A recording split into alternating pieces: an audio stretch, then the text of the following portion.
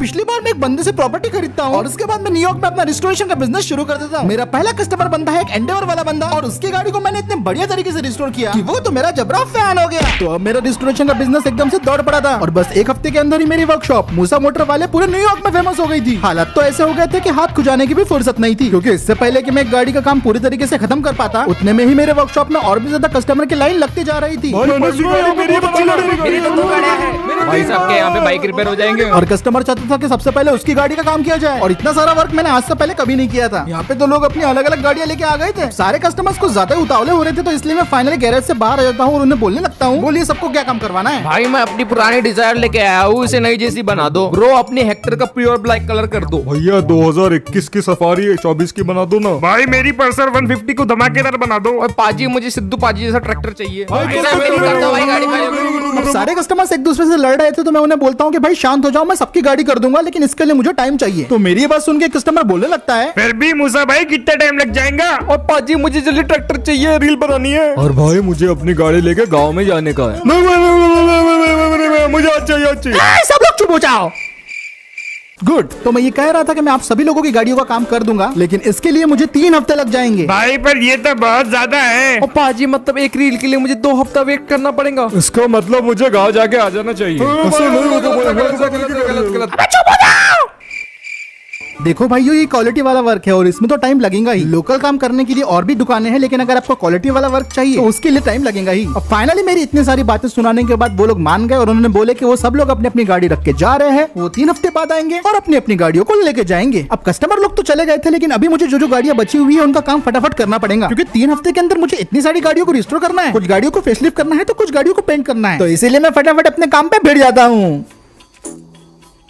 तो 3 हफ्ते होने के बाद सारे कस्टमर्स की कार अब रेडी हो गई थी और अब डिलीवरी का टाइम था। तो सर सबसे पहले शुरू करते हैं आपकी 2021 के डिजायर से, जो आप मेरे पास लेके आए थे उसको मैंने बना दिया है 2025 की ब्रांड न्यू लॉन्च हुई डिजायर। प्रैक्टिकली देखा जाए तो ये गाड़ी वही है, लेकिन इसका मैंने मेकओवर कुछ ऐसा कर दिया है एक्सटीरियर और इंटीरियर का कि कोई कार एक्सपर्ट भी पहचान नहीं सकता कि ये वही डिजायर है जो आप मेरे पास लेके आए थे। एडास को छोड़ के गाड़ी के अंदर आपको सब कुछ मिल जाएगा। तो क्या आपको पसंद आई सर? पसंद क्या, मेरे तो वारे नारे हो गए। अब अगली बारी आपकी सफारी की है सर, जो आप मेरे पास छोड़ के गए थे वो थी 2021 की सफारी, जिसको मैंने बना दिया है 2025 सफारी का फियरलेस एडिशन। इसका एक्सटीरियर हो या इंटीरियर हो या अलॉय व्हील्स, हर एक चीज को चेंज कर दिया गया है। और क्योंकि सर आपने थोड़ा पैसा भी मुझे ज्यादा दिया था, तो इसके अंदर मैंने लेवल 3 एडास भी लगा दिया हूँ। भाई क्या बात है। अगली बारी है भाई तुम्हारी, जो कि तुम अपनी गाड़ी छोड़ गए थे MG हेक्टर, तो मैंने उसके ऊपर कर दिया है पूरी तरीके से मेटेलिक ब्लैक पेंट, और ये तो पूरी अब गैंगस्टर वाली वाइब देने लग गई है। इतना ही नहीं, मैंने इसके इंटीरियर को भी पूरी तरीके से पॉलिश कर दिया है। ऑसम ब्रो, तुमने तो कमाल कर दिया। शुक्रिया भाई। लेकिन अब बारी है आपके ट्रैक्टर की। जैसा कि आपने कहा था कि आपको सिद्धू पाजी के जैसा मॉडिफाइड ट्रैक्टर चाहिए, तो बिल्कुल कुछ इसी तरीके से paint, wheel, number plate, alloys and DJs मैंने सब इसके अंदर फिट कर दिए। अब तो पाजी ऐसी रील बनेगी जो कभी किसी ने सोची ना होंगी। उस रील में मुझे टैग करना बिल्कुल भी मत भूलना। और फाइनली मिस्टर मसलमैन, आपकी हालत को देखते हुए आपके ऊपर पल्सर 150 बिल्कुल भी अच्छी नहीं लगती है, बात तो मैं जानता हूँ। तो इसीलिए मैंने आपकी पल्सर 150 को बना दिया पल्सर 220। अब आपकी बल्कि बॉडी पे ये बल्कि बाइक पूरी तरीके से सूट करेंगी। शुक्रिया मिस्टर मूसा मोटर वाला। तो अब सारे कस्टमर अपनी गाड़ियों के रिजल्ट्स को लेके काफी ज्यादा खुश थे, और सब चीजों को टेस्ट और कंफर्म करने के बाद सारे कस्टमर्स ने मुझे अपने अपनी गाड़ियों के लिए पेमेंट कर दी थी। अब सब लोग अपनी अपनी गाड़ियों को लेकर जा चुके थे और मैं तो काफी ज्यादा खुश था वैसे। और मैं खुश होता भी क्यों नहीं, क्योंकि इन सारी गाड़ियों पे काम करने के बाद मैंने लगभग 57 लाख रुपीस कमा लिए थे। हाँ, मैं अगर अपने शहर में होता तो मुझे थोड़े कम पैसे मिलते, लेकिन क्योंकि ये न्यूयॉर्क है तो यहाँ पे तो मुझे बहुत सारे पैसे मिल गए। अब मैं सोच रहा था कि आज का क्या प्लान किया जाए और अपने पैसे को किस तरीके से खर्चा किया जाए। इतने मुझे पीछे से एक आवाज आती है। क्या मोटर वाला यहीं पे काम करता है? ये आवाज सुनने के बाद जैसे ही मैं पीछे मुड़ के देखता हूँ तो मुझे दिखाई देते हैं मेरे सामने 3 सूट बूट वाले बंदे। मैं उन्हें बोलता हूँ कि हाँ, ये गैरेज मूसा मोटर वाले का ही है, तो वो मुझे बोलने लगते हैं, मेरा नाम है Roy, detective Steven Roy, farmer military officer और नेशनल अवार्ड विनर 4 बार। अरे वाह सर, मैं आपके किस काम आ सकता हूँ? असल में मैं तुम्हें बता दूं कि मैं एक बहुत बड़ा कार कलेक्टर हूँ। हाँ भाई, बहुत बड़े कार कलेक्टर है। Shut up Malfoy.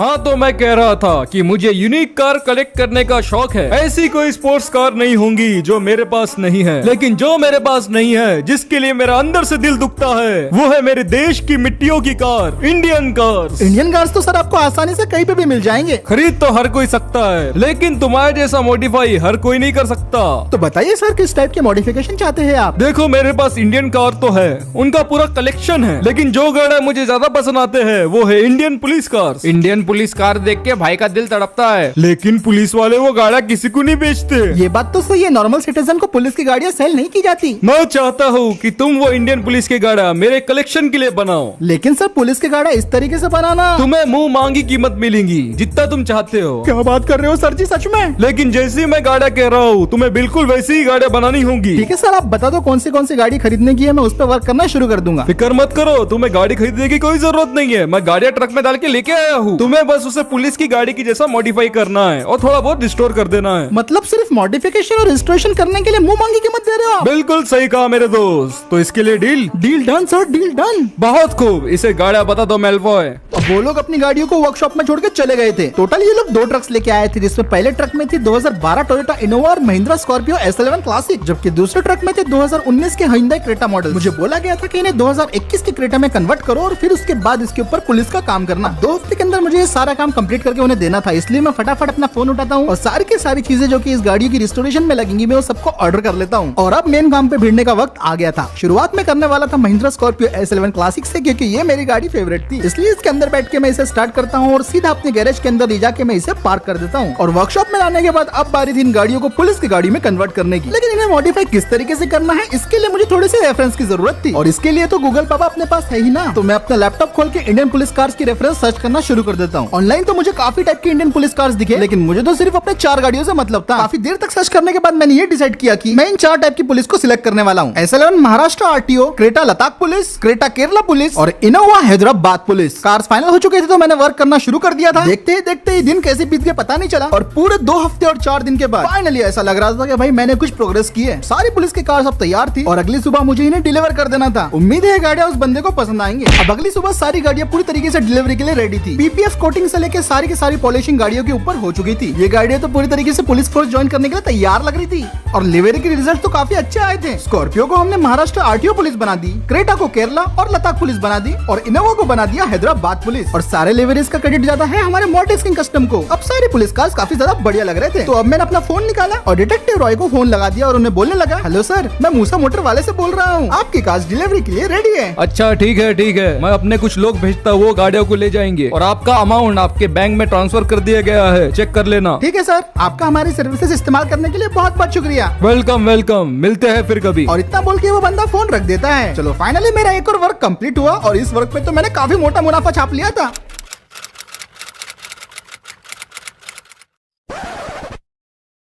अब 2 दिन की छुट्टी लेने के बाद मैं अपने काम पे वापस आ गया था और अब मेरे गैरेज में आ गई थी एक रॉयल इनफील्ड की हिमालयन 450। जो बंदा इस गाड़ी को वर्कशॉप में छोड़ के गया था वो बोल रहा था कि इसके इंजन में मेजर इश्यूज है, तो बस वही प्रॉब्लम्स ढूंढने में मैं लगा हुआ था। लेकिन तभी मुझे टीवी पे एक खबर दिखाई देती है। आज की ब्रेकिंग न्यूज, क्या पुलिस वाले ही कर रहे हैं चोरी? अगर लोगों को बचाने वाले ही चोर बन गए तो हमें कानून हाथ में लेना पड़ेगा दोस्त। नहीं, ऐसा कुछ भी नहीं हुआ है। चोरी तो जरूर हुई है, लेकिन उस चोरी में शामिल थी 4 Indian police car. 4 Indian police car ने न्यूयॉर्क में चोरी की, कैसे? नहीं, पुलिस चोर नहीं है। चोरों के हाथ में पुलिस के गाड़ियां लग चुके हैं। मतलब आप ये कहना चाह रहे हैं कि पुलिस वालों ने चोरों को अपनी गाड़ियां बेच दी? नहीं, मैं कहना चाह रहा हूँ कि चोरों ने पुलिस की गाड़ियों का सहारा लिया ताकि वो किसी की नजर में ना आए। और 1 मिनट अभी हमारे सूत्रों से पता चला है जिन गाड़ियों ने चोरी की है वो ऑफिशियल पुलिस कार्स नहीं थी, बल्कि कस्टम मेड बनवाई गई थी। 1 मिनट, कस्टम मेड पुलिस की गाड़ी? मिस्टर आलोक जी, आप बिल्कुल सही कह रहे हैं। वो सारी गाड़ियां बनवाई गई थी। पता नहीं हमारे न्यूयॉर्क में कौन ऐसी इल्लीगल धंधे चला रहा है, उसे जल्दी पकड़ना होगा। अरे अब फिक्र मत कीजिए मिस्टर जय, हमारी पुलिस इस काम में लगी हुई है। एक बार वो इल्लीगली मॉडिफाइड गाड़ियां हाथ लग गई तो ये सारे गैंग का पर्दाफाश हो जाएगा। मतलब गाड़ी मिल गई तो चोर भी मिल जाएगा। शायद से जिसने इन गाड़ियों को बनाया है वही बहुत बड़ा मास्टरमाइंड है। हाँ, इतनी खतरनाक सोच तो किसी कमीने की हो सकती है। एक मिनट, अभी सूत्रों से खबर आ रही है कि वो गाड़ियां ब्रुकलिन बीच की तरफ देखी गई है। अब आएगा ना मजा।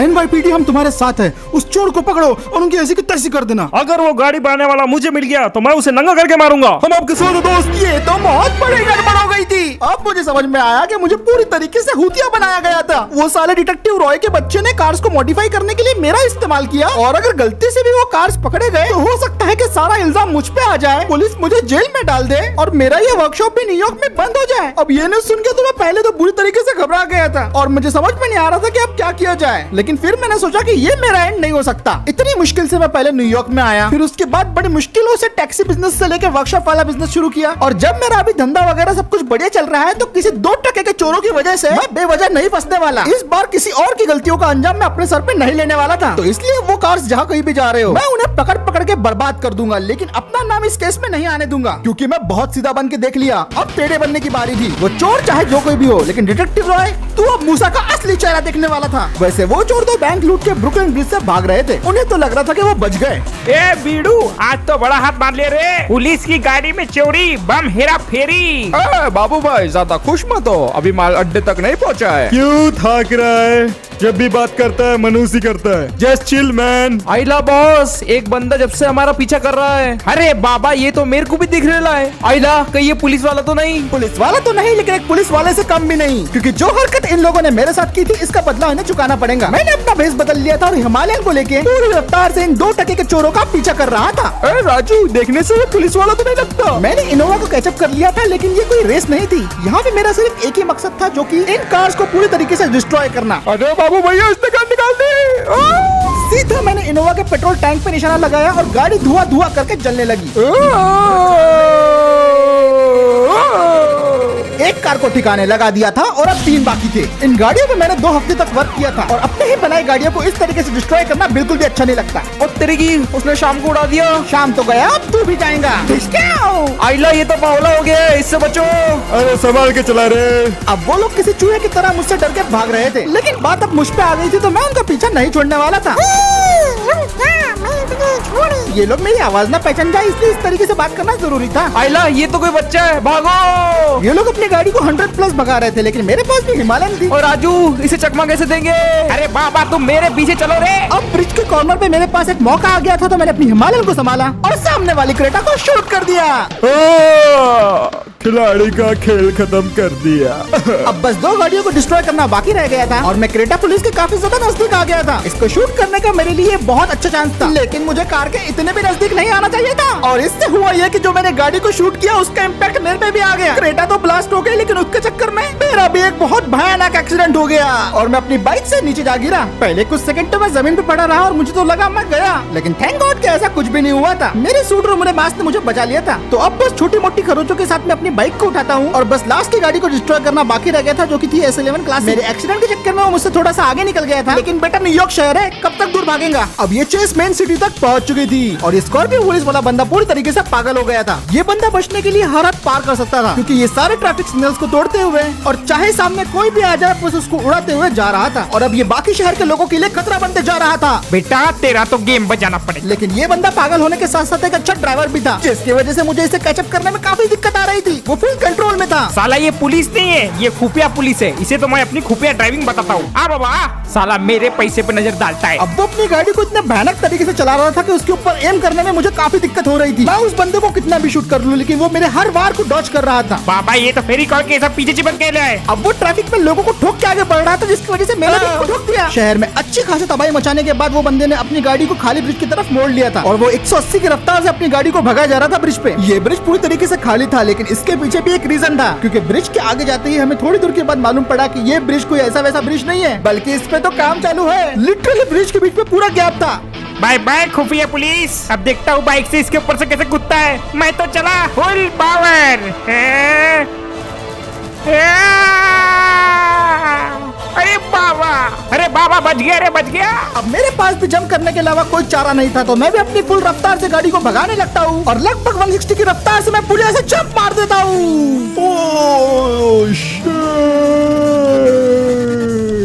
यकीन करना मुश्किल था, लेकिन 5 सेकंड तक हवा में रहने के बाद फाइनली मेरी ये जंप सक्सेसफुल हो जाती है और मैं काफी अच्छे से डिवाइडर के ऊपर लैंड करता हूँ। इसी तरीके से सामने एक और जंप आती है, जिसको भी मैं अच्छे से क्रॉस कर लेता हूँ। लेकिन अब स्कॉर्पियो वाला बंदा हद पार कर चुका होता है और मुझसे बचने के लिए वो अपनी स्कॉर्पियो को बिल्डिंग से गिरा देता है। अरे बाबा, रे बाबा, अरे ये बाबू भाई मर जाएंगे पर तेरे हाथ में नहीं आएंगे रे। निकल यहाँ से, निकल निकल। हट हट, साला मर जाएंगे पर हाथ में नहीं आएगा।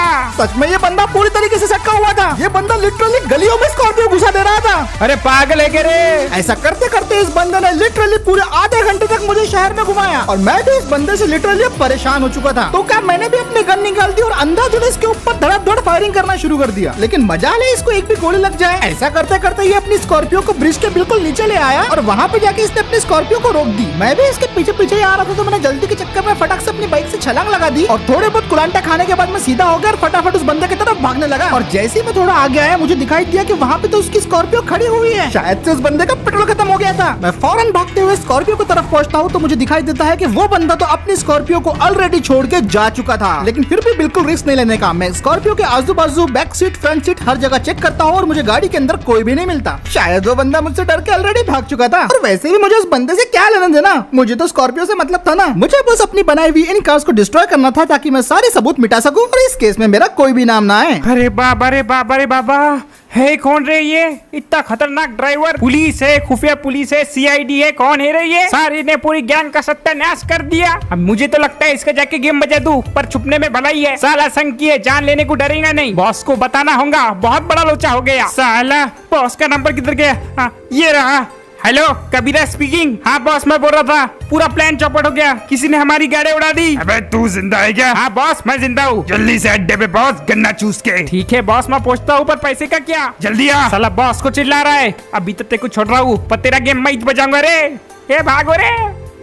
तो अब आखिरी गाड़ी को भी डिस्ट्रॉय करने का वक्त आ गया था। बड़े अरमानों से मैंने इन गाड़ी को डिस्ट्रॉय किया था, पर क्या करें, ये मेरी मजबूरी थी। सॉरी स्कॉर्पियो, मैं ये करना नहीं चाहता लेकिन करना पड़ रहा है, वरना मैं फंस जाऊंगा। और इतना बोल के मैं स्कॉर्पियो को पूरी तरीके से गोलियों से छन्नी कर देता हूँ, उड़ा देता हूँ। स्कॉर्पियो ब्लास्ट होकर पूरी तरीके से खत्म हो जाती है और उसी के साथ साथ मेरा इस केस में इन्वॉल्व होने का सबूत भी पूरी तरीके से मिट गया था। और आज मेरे साथ जो चीजें हुई, मैंने उससे एक बात तो सीख ली कि आइंदा से मैं कभी भी पुलिस की गाड़ियों को मॉडिफाई या रिस्टोर तो बिल्कुल भी नहीं करने वाला, क्योंकि अंजाम लिटरली बहुत बुरा होता है। मेरा काम पूरा हो गया था और इससे पहले कि यहाँ पे कोई आ जाए, मैं फटाफट हिमालयन पे बैठता हूँ, उसे स्टार्ट करता हूँ और बीच की तरफ से वहाँ से अपनी गाड़ी घुमा के मैं वहाँ से निकल पड़ता हूँ। हाँ, मैं जानता हूँ आज का दिन काफी ज्यादा थकावट भरा रहा, लेकिन एट द एंड आखिरकार सब कुछ ठीक ही हो गया। अब मैं अपने वर्कशॉप में हिमालयन को लेके वापस आ गया था और इसके ऊपर मुझे अभी थोड़ा और खर्चा करना पड़ेगा, थोड़ा और रिपेयर करने पड़ेंगे, क्योंकि चेसिंग के दौरान इस गाड़ी के साथ काफी कुछ चीजें हो गई थी और मैं नहीं चाहूंगा कि इसके ओनर को पता चले कि मैंने चेसिंग के दौरान इस गाड़ी को किस तरीके से भगाया था। इसलिए मैं इस गाड़ी को पूरी तरीके से रिपेयर करने में लगा हुआ था। लेकिन तभी फिर से मुझे टीवी पे एक न्यूज दिखाई देती है। आज की ब्रेकिंग न्यूज, जिन 4 गाड़ियों के बारे में हमने आपको कल बताया था, वो गाड़ियां पकड़ी जा चुकी है। नहीं, वो पकड़े नहीं गई है, वो हमको जली हुई अवस्था में मिली है, वो भी शहर के 4 अलग अलग जगहों पे। पर खुशी तो इस बात की है लोग कि जो पैसा चोरी हुआ था वो हमें वापस मिल गया, क्योंकि चोरों ने गाड़ियों की डिक्की में जो पैसा रखा था वो सारा पैसा फायर प्रूफ सूटकेस के अंदर था। सूत्रों से हमें ये भी पता चला कि एक मांस वाले बाइक वाले ने ये काम किया है। वो अचानक आया और मुझे ठोक दिया। वो बहुत ज्यादा गोली चला रहा था। वो हमारा हीरो है। वो हीरो नहीं है, शायद से वो भी पैसे चोरना चाहता हो। अरे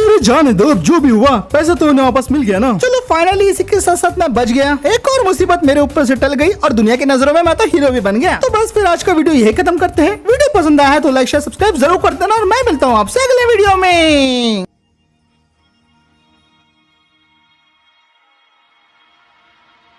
अरे कितने आदमी थे रे, जरा इन सबके सामने भी वो बताना जो तूने मुझे बताया।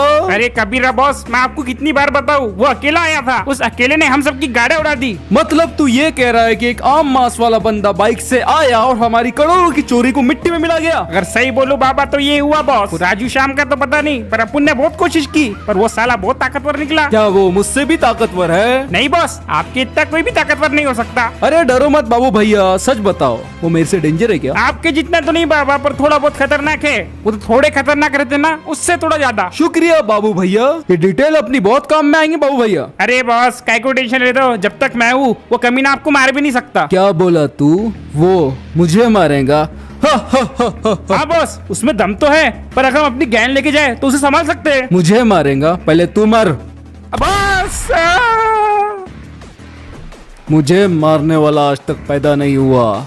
ए जमूरो, इस मांस वाले की पूरी इन्फॉर्मेशन चाहिए मुझे। वो कौन है, क्या करता है, क्या खाता है, क्या पीता है, कहाँ हकता है, कहाँ मुतता है, और ये नहीं, सारी इन्फॉर्मेशन चाहिए मुझे। मेरे 10 साल की मेहनत को उसने मिट्टी में मिला दिया, मैं उसे छोड़ूंगा नहीं। हो बॉस। हाँ हाइला बॉस,